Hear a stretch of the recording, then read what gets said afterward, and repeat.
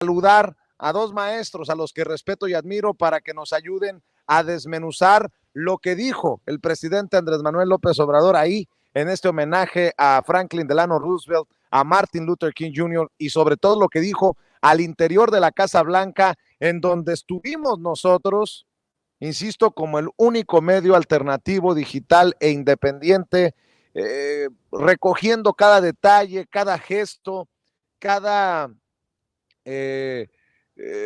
saludo, cada muestra de Joe Biden y del presidente Andrés Manuel López Obrador. Y bueno, déjenme saludar primero al maestro Jaime Hernández, editor de la Jornada Sin Fronteras, por mucho tiempo corresponsal de medios mexicanos acá precisamente en la capital estadounidense, y después saludaré al doctor Ángel Valderas Puga, experto en petróleo y energía y analista, miembro de esta familia sin censura. Jaime, te saludo con mucho gusto, no paramos hasta donde tope, mi querido Jaime. Ánimo, querido Chente, ánimo, para eso estamos.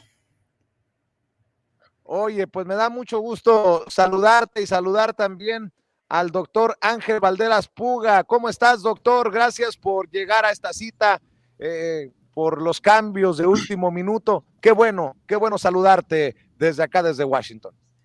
Saludos, Vicente, y también saludos a Jaime. Pues ya estábamos casi listos, entonces no hay ningún problema, nos adelantamos un poquito, pero ahí estamos en tiempo.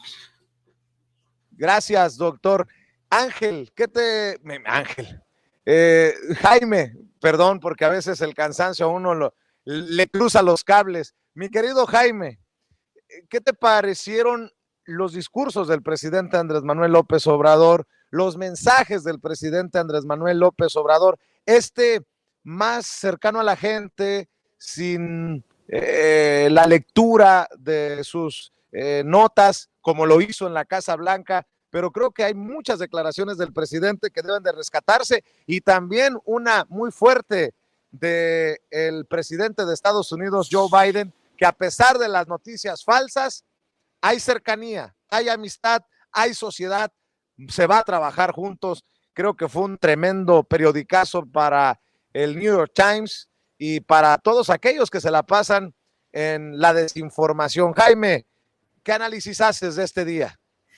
Pues yo creo que el gran titular para mí sería que el presidente de México, Andrés Manuel López Obrador, le pide mayor audacia, mayor valentía al presidente Biden para que saque de una vez por todas el tema de la reforma migratoria. Ya sabemos que esto es casi imposible, pero aún así el presidente ha cumplido con su palabra que empeñó ante esa comunidad de millones de personas que esperan mucho de su presidencia, y el presidente de México cumplió con esta promesa, mirándole a la cara al presidente y diciéndole: señor, con todo respeto, creo que necesitamos de mayor arrojo, de mayor valentía, de mayor audacia para sacar adelante esto. No se puede uno quedar en el inmovilismo, no puede ser uno rehén de fuerzas conservadoras, tenemos que transformar. Para mí ese es el gran titular. Y también me llamó poderosamente la atención esas palabras del presidente Joe Biden, en el sentido de que a pesar de lo que digan los periódicos, tenemos muy buenas relaciones. O sea, que el presidente Biden está muy bien informado, porque últimamente, tanto desde las páginas como de New York Times, que han acusado al embajador Ken Salazar de estar demasiado en una relación demasiado cozy, en una relación, ¿cómo es la traducción de cozy? Bastante estrecha, bastante, pues sí, estrecha, con el presidente de México. Y otra de las cosas que me llamó la atención fue que el presidente Biden le pidió paciencia, tener paciencia, porque reconoció que había ciertos problemas en el Congreso de Estados Unidos. O sea, yo creo que en esta reunión se dijeron las cosas, hablaron con la verdad ambos presidentes. Ni uno rehuyó el tema del problema en el Congreso, ni el otro procuró no decirle las cosas para no molestarle. No, los dos se hablaron con con la verdad, mirándose cara a cara, y yo creo que ese es el gran valor, y esto debería ser de una lección para que realmente de alguna vez, a ver si de alguna vez, de una vez por todas, los medios de comunicación, sobre todo en México, ven este encuentro como testimonio de unas relaciones honestas, directas, sinceras, francas. También creo que es importante anotar que yo la verdad no me esperaba el plan de 5 puntos del presidente, que creo que para mí este es el primer presidente, querido Vicente, que llega con la tarea hecha, no solamente para hacer un esbozo del marco, del contexto histórico que ambos están enfrentados con el tema de la pandemia, con el tema de la crisis energética por la guerra en Ucrania, el tema sobre todo inflacionario, y el presidente le deslizó al presidente Biden las 5 puntos que desde su punto de vista van a contribuir del lado mexicano para que Estados Unidos pueda ayudarse a sí mismo. En pocas palabras, México le lanza un cable a Estados Unidos para, sobre todo, aliviar la presión inflacionaria que se ve a lo largo de la frontera sur de Estados Unidos, ofreciendo suministro de gasolina, prometiendo también suministro de gas en caso de que se necesiten. Y eso, francamente, yo no recuerdo un antecedente de esta naturaleza. Y el presidente Biden creo que estuvo escuchando pacientemente al presidente de México, le agradeció todo, e incluso le dijo que se compromete a estudiar estos puntos presentados por el presidente de México, y luego más tarde salió el comunicado de ambos países en el que me llama la atención que sea este comunicado un tanto nebuloso, ¿no? Un tanto nebuloso, no hay cifras concretas, por ejemplo, el número de visados que se sabe que están trabajando sobre ellos. Alguien mencionó 300,000 visas tipo H2B y H2A. No hay todavía cifras concretas y yo sospecho que detrás de esta nebulosidad en el comunicado conjunto hay la petición de Estados Unidos de no ofrecer por el momento cifras concretas porque el tema migratorio es muy explosivo en Estados Unidos, tú lo sabes bien. Entonces, pero en cualquier manera, el comunicado conjunto establece las bases de lo que van a ser la cooperación.